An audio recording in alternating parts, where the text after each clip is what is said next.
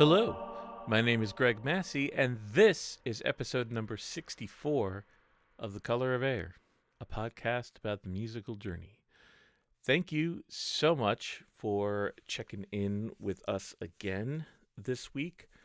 Part of me is hoping that I can ramp things up and get back to a weekly format for the show at some point in the future, but for now, I've been happy with the way the every 2 weeks has gone. We've had a tremendous amount of cool guests since I brought the podcast back in August, and I've had a lot of support from various people out there, and it's really meant a lot to me. So thank you very much. And this week we have a returning guest. It's funny, it's his second time on the podcast, but the last time was almost 8 years ago, so it feels like forever. But we have Kevin Hufnagel on the podcast. Kevin's the guitar player from Dysrhythmia, Gorguts, Vaura, Aguilar, Sabbath Assembly, and now he's got a new project coming out called Veldune soon, which we talk a little bit about in this interview. And I've always been upfront about the fact that I think Kevin is probably my top favorite guitar player in the world at this point. Ever since the first time Maudlin played with Dysrhythmia back in 2000, I think, or 2001. I can't remember. He's always blown me away with his compositions, his technique, and also being one of the coolest, nicest guys I've had the chance to meet and hang out with in this crazy music business. So it's always a treat for me to have Kevin on the show. And, we talk about all sorts of stuff. At the time that I recorded this interview, the new Vaura record had just come out, so I highly recommend you check that out. Like I said, we talk about his newer project, Veldune, which hasn't really been released yet, but is in the works, and he seems really excited by it, so I'm excited to hear it, and I hope you are too. Just what else is going on in his world. I mean, I think most of the interviews I've done have centered around, oh, hey, how are you handling the pandemic? Which is, unfortunately, the new normal when you talk to people you haven't talked to in a while. But, Kevin talks a little bit about his teaching and how that's evolved over the years. It was just, and all sorts of stuff. I mean, I always enjoy talking to Kevin about stuff, about music and guitar playing and all that other stuff. Because, like I said, he's a guy who I consider to be very influential to me, or inspirational, and so cool. So I decided for the music for this week's episode, I wanted to focus in on a record that Kevin put out in 2018 called Messages to the Past. And it was a solo instrumental record kind of paying tribute to the kind of metal guitar solo, prog metal guitar solo stuff, from our youth, from the 80s and the early 90s and everything like that. And it's a tremendous record. And so I figured, because this album, I think the last time I interviewed him for the show, he was working on it, but I don't know. Yeah, I can't remember. It was definitely before he released it. But anyway, it's a tremendous record, and I felt this was a good chance to kind of show it off a little bit. So here's the opening track from that record, and this one is called Pulse Controller.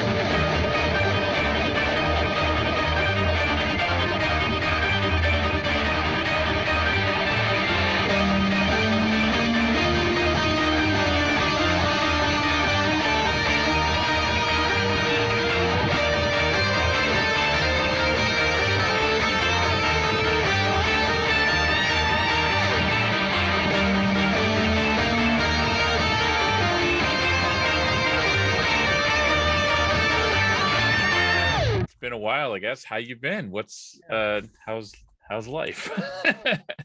It's good. I mean, making the most of the time home, Uh, yeah, starting to write a lot of music again. Kind of took a break in 2020. Didn't really write really anything, Oh wow, really. okay. I mean, I was doing these little soundtrack things Yeah, I for a saw that. while. Yeah, which was, I guess, that was like composing music, but kind of in this way that felt more like they were just little like 30-second to 60 Yeah, second little things. And um but yeah, as far as writing stuff for my bands and just solo stuff and everything, that started up again last year. good. And yeah. Well, I was going to point out the little pet soundtracks you were doing in 2020. When I remember when I saw you started doing those, I was like, because I feel like as soon as this hit, everybody was like, okay, what the hell are we going to do Yeah. for, for money or for Mhm. anything? And so Mhm. I was just like, that's a really inventive way of doing of going Yeah, about it. it was a good way to make a little bit of extra money. And it was just something to kind of keep my mind off how depressing things were in the news and the world and everything.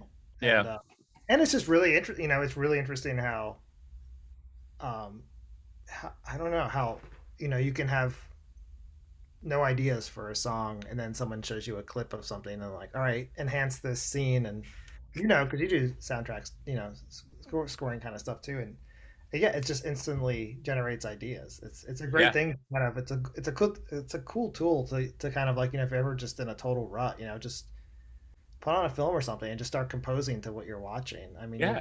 ideas will start happening right away. You Oh, know. exactly. Yeah. Yeah, one of my favorite things I did was for a friend of mine that he was starting a podcast and he wanted he's like, well, it's gonna be a different kind of subject every week. So he's like, I want like a sad theme and I want a happy theme and I want this and what have you. And that really kind of was an interesting way for me to work to be like, okay, well, what am I going to do if I want to write a sad theme? And I'm like, well, it should be kind of a sad piano theme. And then like, and then trying to find the drums that would work for it or the chords. And Mhm. yeah, Yeah, I like I liked just kind of sometimes coming up with a concept first before I write any music, which it's so different than the way I used to write. I used to kind of write just kind of when I felt inspired or when just riffs came out, which still happens, of course. But if I don't know, if I wasn't feeling inspired, I wouldn't bother to try to work on music. And I still get like that sometimes, but other times I'll be like, well, let me just kind of like let me just come up with a new tuning right now. Let me yeah, just I don't know. Like, let me just write yeah, a drum idea instead of writing a guitar idea. That's yep, that's something new I've been doing. Just kind of like composing just rhythm ideas on drum machine, and that's been really inspiring for creating guitar parts. yeah, Based off that. Just kind of mixing it up a bit. yeah. Yeah, I feel like we're going about it in kind of the same way because yeah, I'm the same thing. It's like, oh, what am I doing today? Well, I'll just put my guitar in this weird tuning and see what happens. And it may suck, but it may be fun, or It gets dangerous for me with the alternate tunings because then for a while I couldn't really write two songs in the same tuning. Yeah, I had to constantly be changing the tuning for a song idea to happen. It was oh wow. yeah. One thing that's kind of helped with that recently is I'll kind of find like some kind of alternate tuning that I like, and then I'll just kind of move the capo around to different frets in that tuning, and then maybe I'll change one string Yeah, by a half step or something like that. So yeah. yeah. Well, the other day I was so one thing I started doing is I did one in 2020, but I just started doing another one. I was like, I'm gonna write an etude Mm, for an alternate tuned guitar. And mm, so in one of the tunings that I used a lot on the Ballast records, I wrote this like string skipping kind of like etude kind of thing, which I wrote on the guitar for first part, and the rest of it I just kind of finished in Guitar Pro. So I've never actually practiced it, so I can't play it yet. yeah. But then I started doing one based on a classical guitar exercise Mm, in a tuning that I've been working on this new record on, and that started to come together, and I was like, this is really cool. And so I shared it with Sam, who used to be in KODOT, because he's a classical guitarist, and he was like, "Well, it actually works in standard tuning too." And then I realized, I'm like, well, if I'm going to send this to like actual classical guitarists, they're not going to look at the tab. They're going to look at the sheet music, and they're not going to understand like that it's in an alternate tuning. They're just going to try and play it in normal. Right, the notation. Yeah. Oh well. You try. Mhm. Well, one thing I was really excited to talk to you about is this new the new Vaura record, Mhm. because I didn't know it was coming out, Yeah. and it just kind of like was there. And I mean, I didn't really press Josh for details on everything, Mhm. but I was just kind of curious, because I heard a lot of crazy guitar textures in that, and I was just wondering what I guess what was yours, but you know, like what was the approach that you went with for that? Well, yeah, not all the guitar stuff you're hearing is me. Like Josh played some guitar as he normally does on Right. Vaura, and Toby, a little bit here and there did some guitar, I think, or maybe just one song. It's hard to remember who did what. I mean, sometimes there's certain parts where I'm like, oh yeah, that's the thing I wrote. Other times I was listening to it and I was just like, is that something I played? I can't even remember because it was just done in such a strange way. Just the way we made this record was so we'd start on it and then long periods of time wouldn't work on it and then come back and then be like, all right, where are we at? And it was a really strange way to make a record. And I give Toby a lot of credit for the mixing job he did on it because I think it turned out really killer, like with the way he mixed it and everything. He was able to make sense out of just like, yeah, all these abstract parts and textures and things. But yeah, I mean, it was kind of Josh, he kind of gave me some direction on how I should approach the guitar on this record. He's like, let's get really experimental, like kind of like no riffs this time, or chord progressions really or anything, And I was like, that's cool, okay. And he actually ended up buying a couple of these Fairfield circuitry pedals, which I wasn't familiar with. They were kind of these crazy like ring mod kind of tremolo fuzz. They do a lot of different things. And yeah, he sent me a couple of these pedals in the mail, just kind of like see if these inspire you, and they totally did. And I just decided like, okay, this is going to be my main guitar tone for this record. I'm going to just make a crazy guitar tone. So it's just like a lot of chorus and fuzz and some of these Fairfield circuitry pedals, which just sound like just everything's crumbling and fucked up, and it was fun to play solos with that kind of tone, because it just sounds like everything is just it's just disintegrating, and Yeah.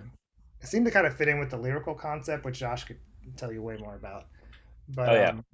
Yeah. yeah, um, yeah. So it was fun to kind of work in this, in this way that really kind of it did challenge me, because we weren't really working with songs this time. The other records are kind of like you get your verse and chorus, and Hmm. this time it was just way more abstract, and yeah, honestly it was hard. It was hard at first to know what to do really. Yeah. Uh, That but it ended up all coming together somehow. that's what it's like working on a KO record too, by the way. Sure. What the hell do I do here? Okay. Yeah. Um, yeah. But So it well, was an interesting challenge, but I'm happy with the way it came out. oh, I loved it. I thought, and it's yeah, I definitely heard of a fuzz element as opposed to just normal high gain distortion or whatever. I just and Yeah. I love that because I love fuzz tones as much as I don't really have a place to use them as much in my stuff. I love them. And I could definitely hear that within the context of what you were doing. So it was really cool. I thought it was just really, it just added to the atmosphere of the record a lot. So Yeah. Thanks. yeah.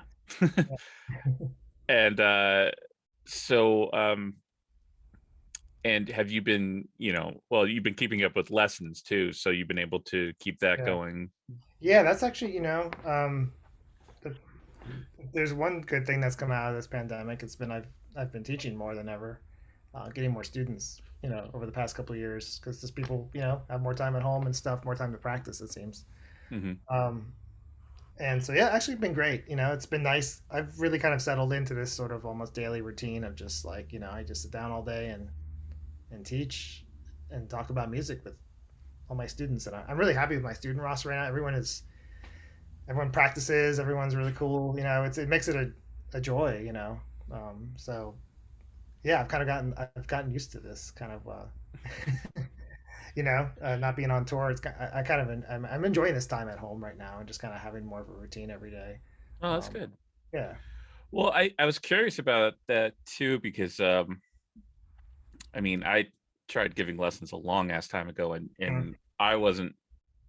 I felt almost kind of like I was doing it because it's like, well, if I want to make some sort of money off music, this Yeah. for the time being in the early 2000s, like this is what I got to do, Mm, and so I don't think my heart was in it as much as I was mm. just like I should do this because of this, but it's but when you approach it, have you kind of what has been your experience because you've been doing it for a while now, like how have you evolved in your teaching methods? I definitely, it's a constant learning process. I'm constantly learning from my other students, kind of how do people best absorb information. It's not always the same. I have to have a couple of different approaches to teaching something really basic like the modes or a scale or something. And most of my students are interested in if they're not already writing their own music and playing in bands, that's something they are interested in doing. So a lot of times when I'm teaching theory or an exercise or something, I'm always kind of demonstrating how I would use this in a song all the time. And something that I've been doing more and the more in the past 2 years that I didn't really used to do is teach other people's songs, just as like, let's learn this Metallica song. I never did that because to me I was like, oh, that's what every guitar teacher does. And but with some, if you have a beginner student or someone maybe only been playing a year and they want to play metal and they're like a younger kid or something or whatever age, learning a Metallica song is a great place to start. So I became a little bit more open to those kind of things, just teaching sort of basic songs like that by bands like that, Yeah. as a way to just develop technique and solid rhythm, and because I think more in the past, like when I was touring more often and stuff, and then I would teach kind of in between, it was more like people that were just sort of Dysrhythmia fans that kind of wanted to. I used to just teach a lot of Dysrhythmia songs, They aren't easy to teach, really, because it's hard to analyze your own playing and slow things down and actually explain what the hell I was doing. Um, so, I'm still um, curious about that myself. and I still do that. I still teach, songs, my own stuff sometimes here and there. But it's fun, and I'll work with other people's compositions. I don't ever want to write the stuff for them, but they'll kind of show me their ideas, and I'll kind of give them some feedback and just kind of give them ideas about like how you can arrange this, how ideas can come back again, compositional things like Well, that's um, awesome. yeah. And then I have total beginner students that just kind of want to learn simple chords and play folk songs. So I have a really wide variety of students right now. They of all ages and interests musically. It's not always people that even know who my music at all. I have some students that they just heard about me word of mouth or something, and Yeah. just that I'm a teacher, and they don't really. I don't think they listen to anything I've done. Maybe they Okay. maybe they have. I don't know, bits and pieces out of curiosity. Maybe I don't know. Yeah. Yeah, they're not like big metal fans or anything. Okay. Yeah. Well, I mean, that seems to kind of work well with your interests too, just because you've always been kind of eclectic in everything you Mhm. do anyway. So, Yeah, yeah. um, and have you found that, because I will say that as much as my heart wasn't in it, I did find that by the sheer fact of teaching, I got better as Oh on yeah, my, yeah. because you You don't have want to, to look. You don't sorry. want to embarrass yourself in front of a student, No. And yeah, and sometimes it's just real basic stuff there. Like I want to, you think about it, like I'm going to teach this today, like, and it's something kind of basic, and then you try to, I don't know, just things like playing funky and just really locking in with a groove or something, like that always feels kind of rusty to me. Like just first thing in the day when I sit down and play guitar, if I just try to really like just like groove out and make my phrasing super tight if I'm just like improvising over a groove. Like I don't know, that's just something I never really practiced or did. Hmm. Um, So I know it makes you realize kind of what all your weakest spots are, and it kind of that's another thing that I did in 2020 since I wasn't really writing music that much, hardly at all. I just practiced a lot. I kind of just, through teaching, I just realized all the things that I was bad at, and I was like, I'll just spend this year kind of practicing like all the techniques that I've never been very good at. Um, and I got a little bit better, but it's hard when you've already been playing this long to really get that much better. You've pretty much you kind of know what you're. I'm never gonna be You as know, fast. you know I'll what get your yeah, you know what your limits are. I mean, yeah, I actually had the same thought too. I think that's why I started writing the etudes because I was like, oh, I just kind of want to. Like, I bought a classical guitar because I was like, I want to try playing classical again because I sucked at it when I first did it, 25 years ago, um, and then but I was like, oh wait, but I forgot. I'm really shitty at practicing. that's why I failed. And so, but in the place of this, the technique, the kind of that kind of stuff, like a different technique arise, which is who I am now. And like, so yeah, like I'll never be, the super sweep picker, yeah. as much as I would love it. But but I also don't know if I would have a use for it in the way I write music either. So I know that's the thing too. It's like I was teaching some student like an arpeggio exercise the other day that kind of just goes up and down the whole neck, and I was just telling him like, you know, when you learn this, I'm not that concerned about speed right now because honestly, these arpeggios all sound the sequence of intervals sound really cool, and actually, I like the way they sound slow and they sound really melodic. They make for nice melody lines because there's big interval jumps. And I just told him like, if I was a lot of times when I play arpeggio passages like this in a solo, I don't play them fast because to me they're like melody lines that I want to actually hear every note instead of yeah, with a blur, you know. So, yeah, but yeah, it's all about kind of realizing what always striving to get better, of course, but also realizing what your limitations are and trying to use them to your advantage. hmm So yeah, yeah, definitely. there'll be something special in your limitation that makes you unique. I think a lot of times. Yeah, yeah, exactly. I mean, yeah, well, yeah, that was the thing too for me with like doing dungeon synth. Like I Mhm. started like I'm not a synth player by any stretch of the imagination, but I just started doing, and not even that, doing like ambient stuff and doing Mhm. stuff on Twitch and just Yeah. trying to figure out what the hell happened and what the hell I'm going to do, and then trying it a couple times with guitar. Put a guitar into different tuning and just Mhm. go from it because I had this idea and I had, obviously thanks to the pandemic, I never got to try it out, but I went to go see our drummer play like a weird like ambient electronic music show in Boston.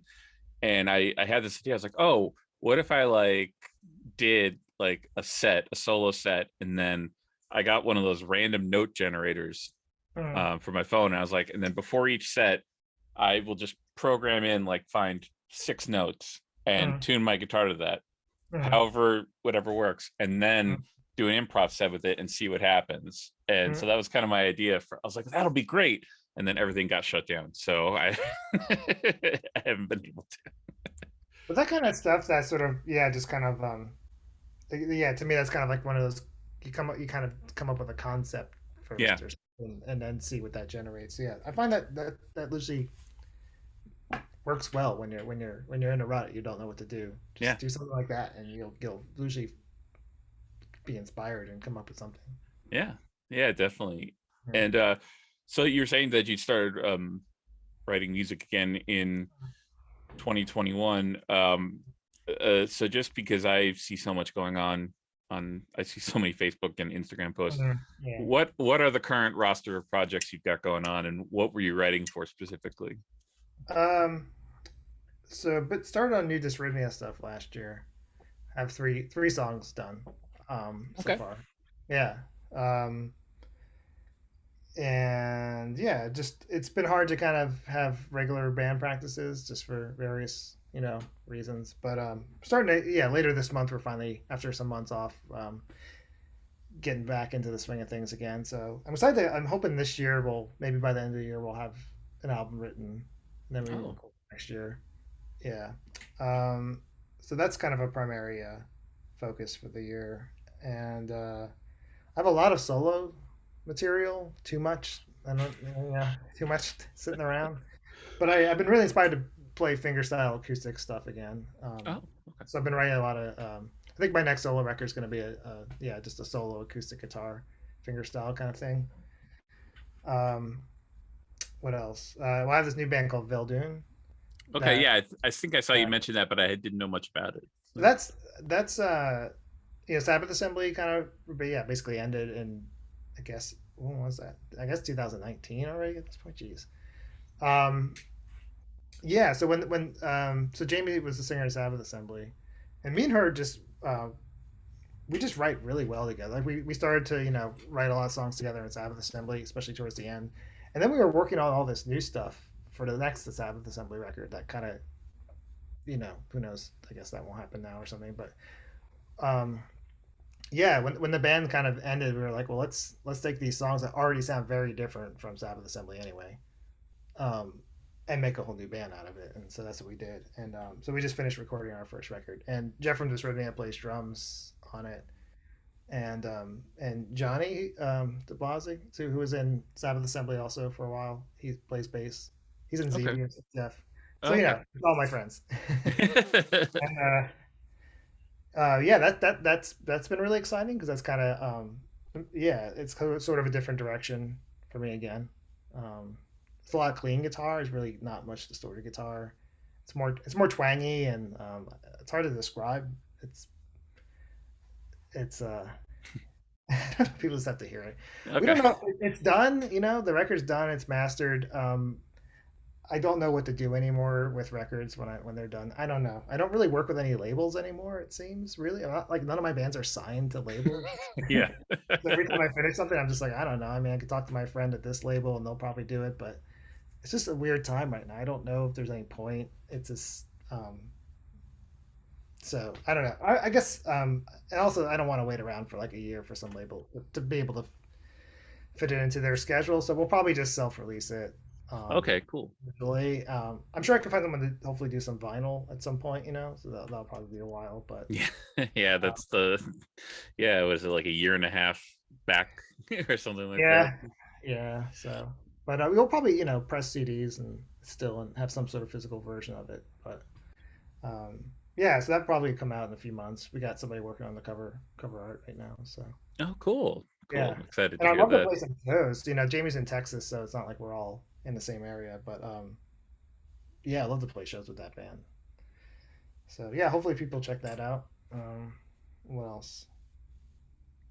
Yeah, and I mean Vaura just kind of put out that record, but we have plans to kind of already start working on some new stuff. Nothing really written yet, but Okay. um, we feel some excitement about what we just did. So hopefully that momentum continues and we get some new stuff happening. Yeah. Uh, yeah, so I guess that's about it right now. I think been Okay. doing some guest stuff, guest guitar solo kind of stuff here and there. I feel like over the past couple of years, some of which I guess still hasn't come out, but Yeah. delays at labels, I guess, and whatever.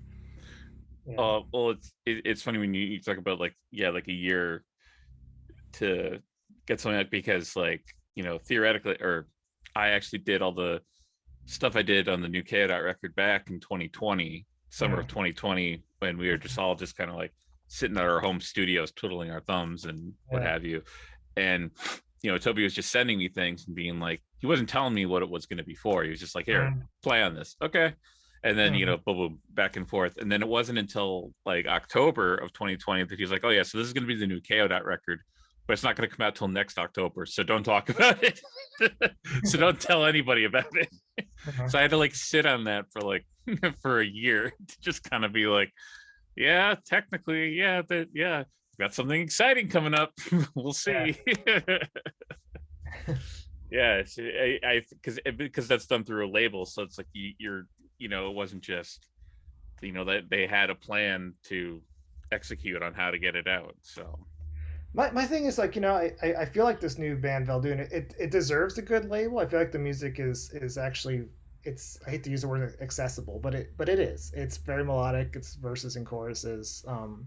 it's not super progged out, you know. I mean, it's still, you know, got some intricacies to it, you know, but they're more subtle. And but yeah, I guess my thing is I guess when I let people hear something I'm working on for the first time, I usually don't like anyone to hear it till it's like totally done and mastered. So it would have been smart for me with this band, like, cause we already had this whole album written 2 years ago. It's the material's been sitting around for a while, actually, the Veldune stuff. Um, if I was smart, I would have sent out the demo versions like 2 years ago and started looking for a label, but I didn't want to do that because I was like, but it's gonna sound so much better when it's really recorded for real. So Yeah. I just want to jump in to say thank you for listening, and here are the ways that you can support us. Subscribe to The Color of Air on your favorite podcast app like Apple, Stitcher, Radio Public, or Spotify, and be sure to rate and review. Also follow me on Twitch at twitch.tv/retcongreg. Join our Patreon at patreon.com/Ret Con Industries, where we have 3 monthly subscription tiers of $1, $5, and $10. Depending on which tier you choose, you will have your name listed in the credits for every future podcast and music release, as well as access to bonus audio and video content, Bandcamp discounts, and exclusive merchandise through the Ret Con Swag Club. Finally, please check out all the music up for sale at retconindustries.bandcamp.com. And now, back to the podcast. I had this kind of weird concept for what this podcast will be, and I was going to do like a shred guitar month in April, and I wanted to kind of ask about what is, we may have talked about this in the first podcast, but that was 8 years ago. But what is kind of your relationship with shred? Like what, like as a kid, like what were you trying to emulate? And then, you know, because you came from the kind of similar background to me, so yeah. I mean, all that 80s shred stuff, you know, cause I grew up with all that stuff. It's what I was into when I was a kid. Just kind of a lot of those players were sort of my first big inspirations on the instrument, like Inve and all that stuff. I think like a lot of people, I went through it. I definitely got burnt out on it. You know, I feel like, you know, towards the beginning of the 90s, I don't know, some of those guys I liked in the 80s, like Satriani and stuff, and Vi, I don't know, they started singing, they started adding vocals to their music, they started getting more bluesy. I was just like, I don't like this, you know, and it just, I don't know, just everything changed. And like, of course, you know, I'm still young and discovering new music, and I've always been super open-minded, you know, so yeah, my taste, I don't know, I still kind of had my old favorites, like the first Marty Friedman, Dragon's Kiss and all that, you know, but I kind of, yeah, I don't know. I guess I kind of stopped listening to it. I was just, you know, I was just exploring so many other kinds of music and styles of guitar playing for so long. But yeah, you know, I came back. I don't know. I kind of came back to it again. I feel like, I guess around, I don't know. I mean, it's always been there, but I don't know. Maybe it was when I first joined Gorguts, because that, you know, because all of a sudden I was being asked to play guitar solos again, and because I really didn't in Dysrhythmia, so all of a sudden I had to start playing solos again. I was like, how do you do that? You know, and I guess I started listening to music again and paying more attention to guitar solos again, and yeah, kind of getting reacquainted with some of my more early inspirations, and then and all of a sudden I loved playing guitar solos again, you know, and then there was a lot of guitar solos in Sabbath Assembly's music too, and you know, and then I made that solo record a couple years ago that was kind of my solo music version of you know, my love for that kind of like 80s melodic. I don't really think of it as a shred. There's really not any shredding on it. I'm not really like a shredder, you know. I don't really play super fast. Oh no, I know. I think, well, to me, like, I know when I'm listening to Dysrhythmia, I'm like, this music doesn't really need a guitar solo, because you're already using so much technique just getting those riffs, you know, the riffs and everything else that you're doing with it. I always wanted Dysrhythmia to be sort of like, it's just real, like, it's three, everyone's equally important. There's no one like out in front of anyone else, you know.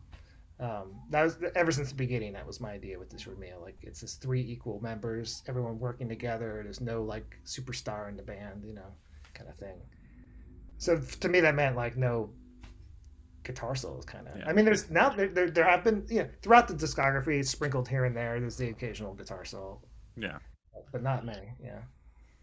And maybe you had a similar experience. I know, yeah, because growing up, like discovering kind of this stuff in like the late 80s, early 90s, and then like you said, I mean, with the 90s, it was almost kind of like that stuff kind of became a joke.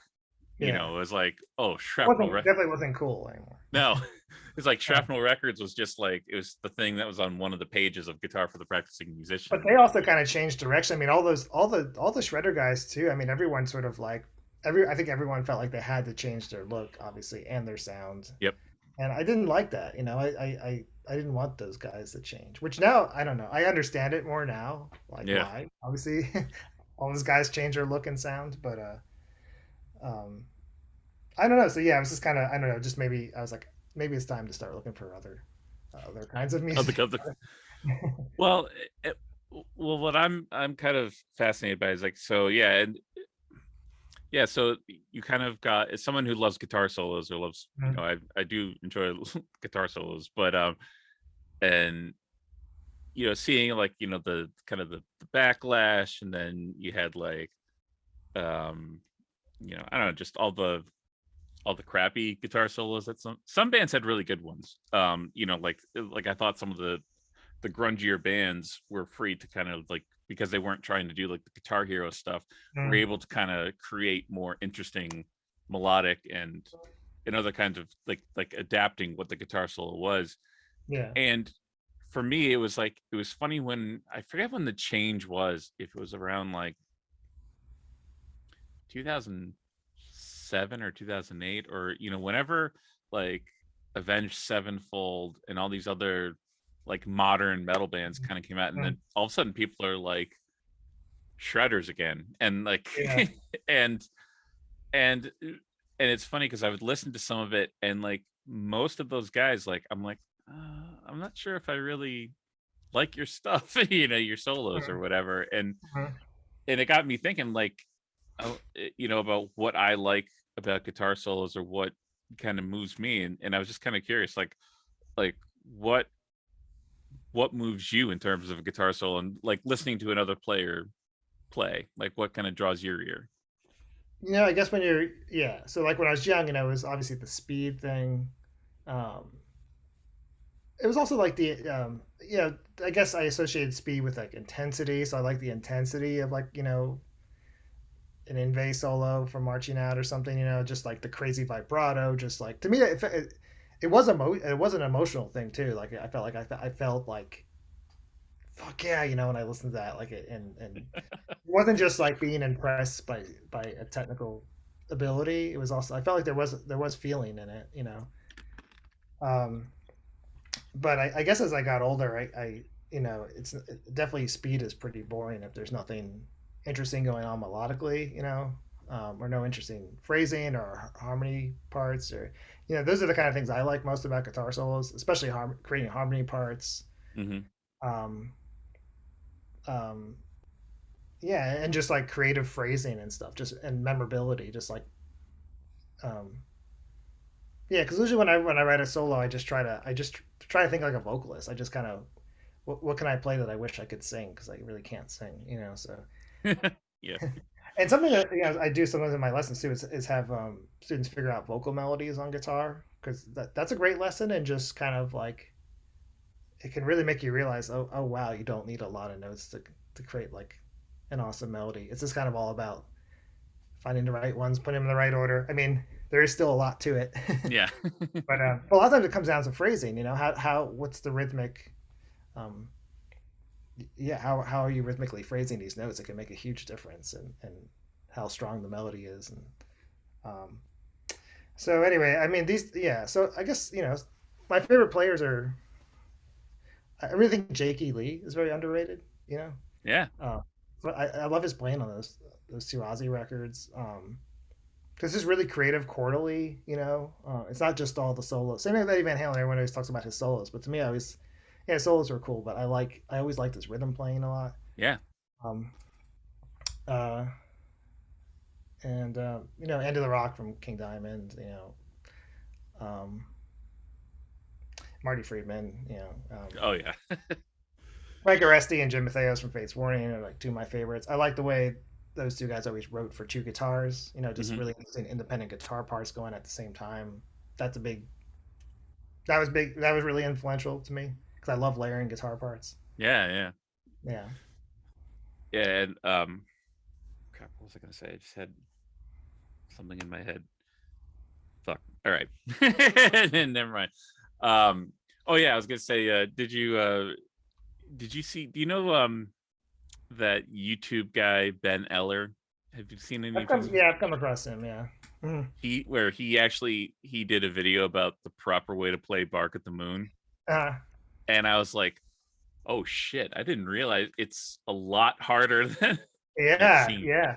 I actually saw the video of yeah. There's a video of Jakey Lee at some clinic or something from kind of in the past 10 years or something where he's that guy Ben must have seen that video because Jake's demonstrating the correct way to do it. It's this big stretch here and yeah, there's all this movement going on that you kind of yeah maybe can't hear when you listen to the record. Yeah, he was just really creative. I guess he had he was kind of I guess he started on piano. Uh, I watched an interview with him recently. He was talking about how piano was his first instrument, so that's probably why he's likes chords, and is Yeah, creative on guitar with chords. yeah. Oh, Also, I remember, speaking of going back to alternate tunings for a second, um, I think one of the first times I ever heard about anything being an alt or seeing something in an alternate tuning was back in the day when I had some guitar magazine came in the mail and there was a transcription of "Shot in the Dark" in it, and it was in a different tuning, and really? I never it knew wasn't that. just drop D. Yeah, I forget what the exact tuning is, but it's an altered tuning. I think I can't remember what it is right now, but it's not standard tuning. And I think it was so that he could get certain harmonics to come out like as natural harmonics. Yep. So And also probably I don't the know. slide, because there's a lot of slide on that song too, right? Or Yeah, I think. well, he does. Not what he says. His thing was like he had all these really creative, like little quirky techniques that I feel like were really unique. Like he would do the thing where he play the natural harmonic and then bend behind the nut. Oh yeah, yeah, Bend the string. He would bend the neck a lot, because he didn't use a whammy bar. So found all these other ways to kind of like bend the pitch and stuff. Yeah. So and then soon after that, I remember seeing interviews with like Thurston Moore from Sonic Youth, just talking about how they tune all their strings to E. yeah, And I was like, what? You can do that? And then Michael Hedges, and then suddenly I was like, okay, now this is a whole yeah, other world, this alternate tuning thing. Yeah. yeah. I feel like alternate tuning, like you kind of discover it more, like or can like I discover more about it in terms of like acoustic playing and Mm, trying to find interest like chords, because chords are mm, like my thing. I really yeah. Me enjoy too. dense chords, Mm, and I like being able to play them simply without having to do the crazy stretches. yeah. But uh but yeah, I definitely found that I always wanted to do more writing for electric Mm, in alternate tunings. I did some, but but I was always kind of inspired by Dysrhythmia in that mm, regard, because I was just like, this is some of the most creative shit I've ever heard, and it made me want to be better and like write like better riffs and stuff like that. So, um, yeah, I mean, but yeah, I hear it, like I didn't know Shot in the Dark was a alternate tune. I'm gonna look that up. Look, well, yeah, I wish I can't remember what the tuning is. It's Yeah. nothing that crazy, like different than standard. I think the E is up to F or something like that. I can't remember. Okay. Yeah. That's Um, awesome. That's yeah. um and did you happen to see like it was funny when you mentioned like the vibrato and stuff. Did you see the whole internet discussion about boomer bends? Yeah. Yes, I watch Rick Beato. Okay. Because I never felt more like an old man than when I I know, saw me too. that. I love Benz. I don't give a shit. Yeah. Like, let's have the fun. Oh, that's awesome. Um uh so okay, so where was I gonna go from there? I actually didn't write down any questions. 'Cause I was just like whatever. We've known each other so long, it's pretty Yeah. easy. So what have you been listening to these days? Like, what's been kind of getting you motivated and, or maybe not motivated or inspired, but Just I can also say there's been nothing in particular musically that's been inspiring the stuff I'm working on right now, which is usually okay. not the case. Usually there's some album I'm listening to that is kind of inspiring the music I'm writing. But I don't know. There hasn't. I don't know. I haven't been listening to much music lately. I'm always trying to check out new music. You know, I'm always looking at whatever websites are posting about new releases, or I go on Bandcamp all the time. So I'm listening to bits and pieces of things. I mean, this sounds terrible because I'm this is what I hate about things right now is like people have no attention span, you know. And I think about how like oh, I'm gonna put out this record and people are gonna listen to like the first 3 seconds of each song and that's it, you know. And that bums you out, you know. But then I'm like, but I'm the same way. I like check out all this stuff and I give it like a minute and then I move on to something else. Or I get distracted and I have to get up and do something, you know. So I feel like it's been a while since I've really sat down with the headphones and like I used to, you know, and really absorbed, especially a new release. So um, I don't know. I don't. I always blank on this question. Yeah, there hasn't been anyone. I mean, I'm always checking out my friends' music. I mean, I'm listening to New Krauss a lot. You know, Colin sent Mhm. that over to me. That's something I've been listening to a lot this week. Um, yeah, I feel like usually it's my friends' music because they're just because I know they have new records coming out, so I always want to check that stuff out. Um, yeah, I don't know. Not, I don't know. My iPod, I still use an iPod, but it just broke recently. So now that that's broken, I really haven't been listening to anything. um and and how have you kind of like, I want to say upgraded, but like, how have you adapted your kind of home, because you're doing most of your recording at home now for Mm. for like your solo records, and I'm sure for like some of the other stuff, but how have you kind of been dealing, like what have you kind of been, have you like got like a nice setup studio now at No. home? Oh. I'm so like I'm so terrible. I mean, I have a decent enough interface, and I know how to use Logic. But I need to really I need upgrading my. I don't even have monitors honestly. I just use headphones. Uh, there's a lot of stuff I need to do. I need to do a lot of upgrades. I mean, one thing I'm excited about doing is finally getting a really good microphone so I can record. I want to record this next solo acoustic thing just myself. Um, Okay. my parents actually have this small cabin in the woods of Virginia that I'm thinking about going to in the spring and just staying there for however many days and just recording there by myself. Oh, all right. Yeah, and I feel like I feel like I said, I have a lot of acoustic solo material sitting around, and I feel like once I get this microphone, I'll just probably just put it all out at once um, because usually with my acoustic stuff, what for the more like organic sounding, like where I want the acoustic guitar to sound as great as possible, I'll usually, go to Colin and record at the studio, but even making a solo acoustic record, still takes quite a bit of time and money, and yeah, I just like to be able to get good at it and do it myself, I guess, at this point. Um, but yeah, I don't know. Yeah, I need to get some monitors. Yeah, I have a whole list of stuff I need to get. So I don't know. I guess it seems like I'm cheap, but it's not even that. It's like this weird. I have this weird anxiety about. I don't like to order things in the mail because I always just think they're gonna get stolen or lost. So I like to buy things like at the store still, Yeah. which I think makes me. Most people like to order things in the mail all the time, but I don't know. I Mhm. still like to go to the store and like buy it in person. And anyway, so that's on my to-do list for the spring. Okay, cool. And I know you a while ago did the whole uh fingerstyle stuff on the Mm. ukulele. Are there any other acoustic instruments that are kind of filtering into your acoustic stuff, or is it all just kind of regular guitar?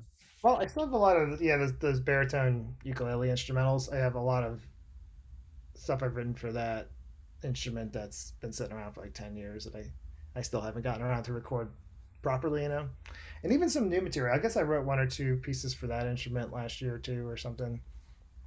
Um, but yeah, otherwise, no, it's just been acoustic guitar. Yeah, Okay. yeah, Okay. yeah. And have you picked up any interesting instruments in the recent or in the last couple of years?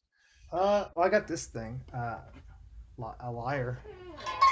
Oh, I got to see. Yeah, I got that.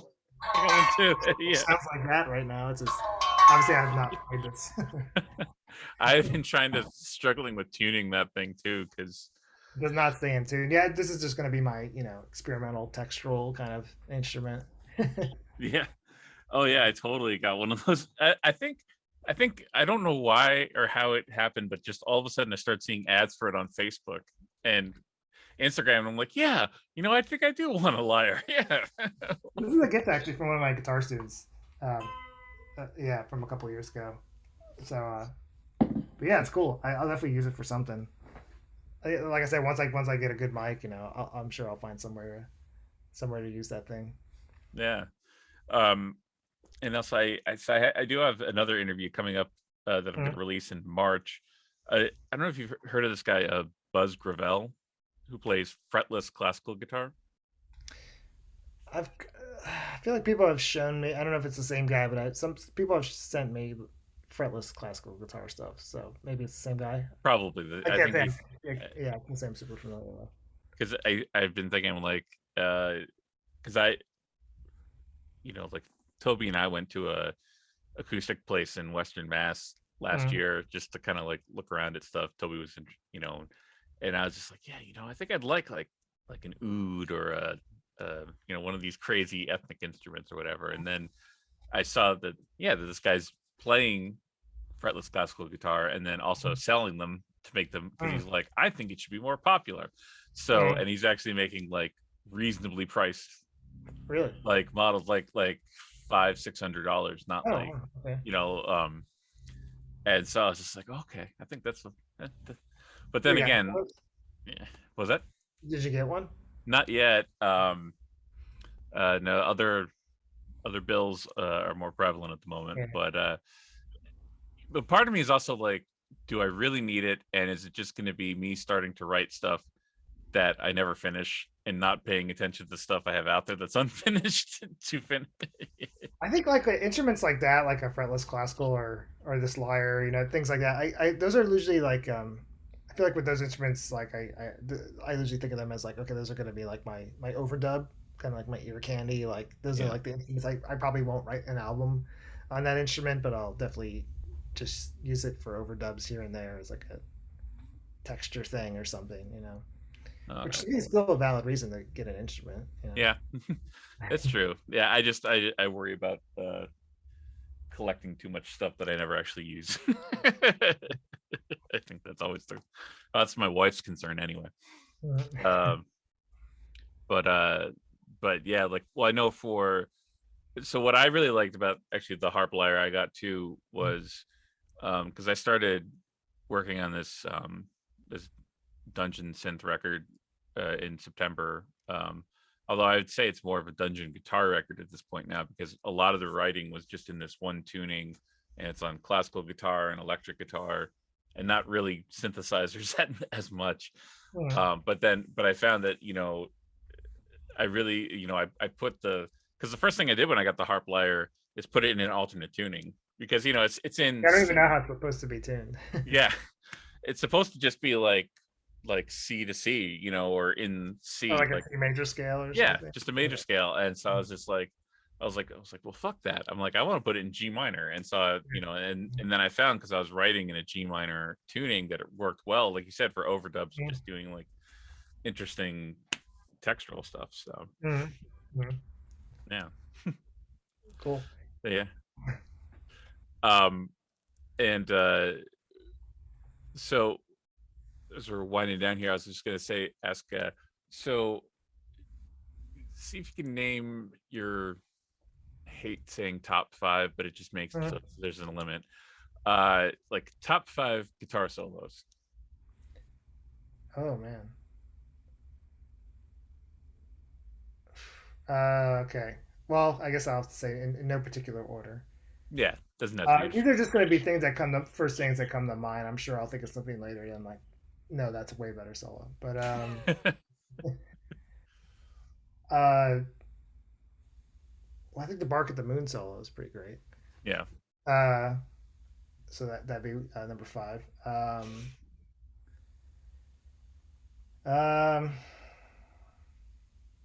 Sleepless Nights, both the guitar solos, Andy's and Pete's. Mm-hmm. Uh, okay, that'll be number 4.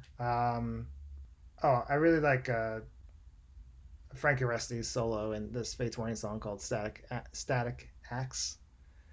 Um, that's okay. That's number 3. I'm just picking metal stuff. There's lots of non-metal stuff. Maybe I should pick something non-metal. Yeah, you could. Yeah, it doesn't have to be metal. I feel like with guitar solos, though, it's usually metal, right? Yeah. Um, unless you're talking about jazz.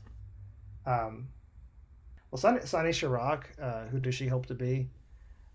This whole tune in general, it's I don't know if there really is like a real solo break in that song, but yeah, it's an instrumental.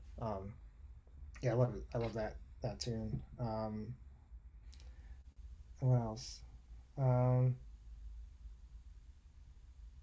oh well, I'll just pick the solo that started it all for me. I guess is number 1, which is "In My Dreams" by Dokken. George Lynch's solo in My Dreams. I was wondering if he was going to get a mention at some Oh, or the Beat It, so Eddie Van Halen solo and Beat It, which in My Dreams starts off almost exactly like that. Mm-hmm. It starts off very similarly. Man, yeah, watching George Lynch play at 65 or whatever makes me feel better about getting older. Totally, it's a big inspiration. I mean, especially with nowadays, actually, just like he's getting up there in age, but he's not showing it, and um, he's just like doing so many different projects, and I follow him on Instagram, or whatever, and he's always just like there in his basement with all his amps, just jamming away, and it's like, it's inspiring, it's cool, like makes you feel like you can be young forever, Yeah. playing this music. Yeah. Yeah. All right. Well, thank you so much for taking time out of probably. your busy schedule for this. I mean, Um, it's good to. Frankly, I just like. I don't know if it's the same for you. Just like mhm. being so cut apart, disconnected. I feel disconnected from everybody. Yeah. So it's good to talk to people I haven't talked to in a while. Yeah, no, I mean, I can't believe it's already been like, I guess the last time I saw you was when Dysrhythmia played in wherever that was, in Boston. I guess it was Boston. I don't remember. Yeah, it was Cambridge. No, wait, Somerville. Sorry. Okay. Yeah, once. Yeah. That was already that was October 2019. Yeah, I can't believe. I know, Well, and yeah. I know, and I haven't played a show since I think December 31st, 2019, and so I'm like itching to get back out there. Man, it was weird. Like, I got to play 3 shows last year, all in the span of 1 month. It was and it was such a tease, because I was really kind of anxious about it leading up to it. The first 2 were 2 nights in a row where Dysrhythmia played with High and Fire here in New York, and it was weird, man, because like we hadn't played a show in like 2 years, and I felt more like nervous about it than I normally do, and just like I felt like I was gonna forget everything, and it did feel a little like that. Me and Colin were talking after the set. We're like, man, did it feel like did your fingers feel like glue or something? Yeah, I was like, I felt really like it took a second for it to kind of like kick in and feel natural again. But just playing in front of an audience again and talking to people afterwards, I was like, oh man, this is so great. I miss this, Yeah. And then the other show I played was just a solo show, like a few weeks later at the same venue in New York, and that was really nice too. Just it made me really want to play solo shows again. So it was all amped up to like start booking some solo shows, and then Omicron or whatever, and so like, all right, guess I'm gonna have to wait till put that off again for a while. Yeah. But I really want to play some more shows this year, especially solo. I just like lately I've just been enjoying just going out there and playing solo guitar. Yeah. Yeah. Yeah. Yeah, that.